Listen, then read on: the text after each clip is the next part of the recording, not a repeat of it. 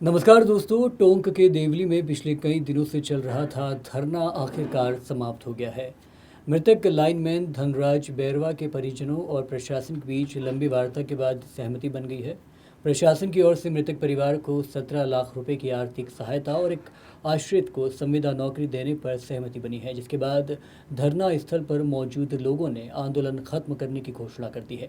SDM कार्यालय के बाहर चल रहे इस धरने में दिन भर माहौल गरमाया रहा। दोपहर बाद भगत सिंह सेना के प्रमुख नरेश मीणा ने आंदोलन की कमान संभाली और साफ शब्दों में कहा कि जब तक सरकार और विद्युत निगम मृतक परिवार के लिए ठोस राहत पैकेज की घोषणा नहीं करेंगे, तब तक आंदोलन यूं ही जारी रहेगा। इसके बाद प्रशासन और आंदोलनकारियों के बीच कई दौर की बातचीत हुई, वार्ता हुई और देर रात तक समझौता हो गया।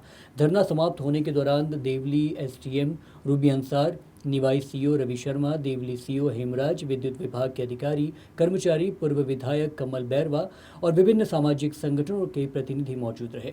गौरतलब है कि टोंक जिले के रघुनाथपुरा गांव निवासी धनराज बैरवा 2 जून को बिजली लाइन की मरम्मत के लिए पोल पर चढ़ा था।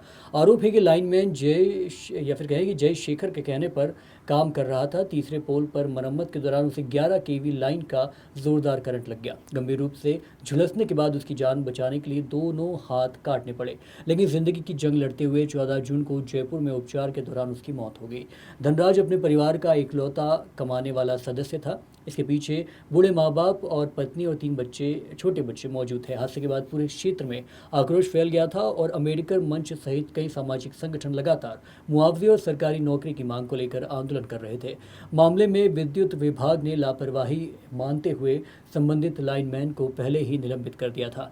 जब अब आर्थिक सहायता और नौकरी की घोषणा के बाद परिजनों को कुछ राहत मिली है, वहीं आंदोलनकारियों ने इसे संघर्ष की बड़ी जीत करार दिया है। देखो, जो धनराज बैरवा की जो बिजली विभाग की लापरवाही कारण मौत हुई थी, उसको कल मौत हो गई थी। उसको लेकर कल से धरना चल रहा था।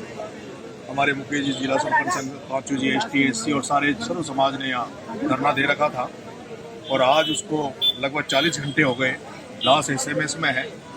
पूरे परिजन यहाँ पर थे और आप भी हमारी प्रशासन से सारी कमेटी के साथ बात हुई। इसमें कुछ आर्थिक मदद, कुछ जितनी भी सरकारी योजना है उसका उनको फ़ायदा परिजनों को दिया जाएगा। यहाँ भी कई भामाशाहों ने मिलकर उनकी मदद करने का प्रयास किया है। मुझे लगता है कि ये शायद पर्याप्त तो नहीं होगा, लेकिन इस दुख की घड़ी में एक सहयोग राशि जो उनको मिली है, उसका आने वाले टाइम में उनके बच्चों को उसकी मदद मिलेगी, उनको समस्याओं से थोड़ा रिलीफ मिलेगा। तो हमारी सकारात्मक बात हुई है। लगभग 15 लाख रुपए नगद इनको, उसके अलावा कुछ 2-5 लाख रुपये शायद ये भी हो जाएंगे। मेरे हिसाब से 3-4 लाख, लगभग 20 लाख के लगभग पहुँच जाएगा ये। और इसके अलावा पालनहार है, लगभग 6,000 रुपये महीना उनको वो मिलेंगे। 1500 पालनहार में विधवा पेंशन है, इंदिरा पीएम जो आवास है, पीएम आवास के लिए सेंक्शन, संविदा पे नौकरी के लिए एसडीएम मैडम ने, कलेक्टर मैडम और कलेक्टर मैडम ने जो सेक्रेटरी आरती डोगरा जी, उनसे बात की। उन्होंने कहा कि भाई हम लोग इसमें संविदा पे उनको करेंगे। दूसरा, आंगनबाड़ी भी उस पंचायत वैकेंसी है, उसमें भी वो सहयोग करेंगे। तो ऐसा मुझे लगता है कि एक अच्छी मदद हम सब लोगों के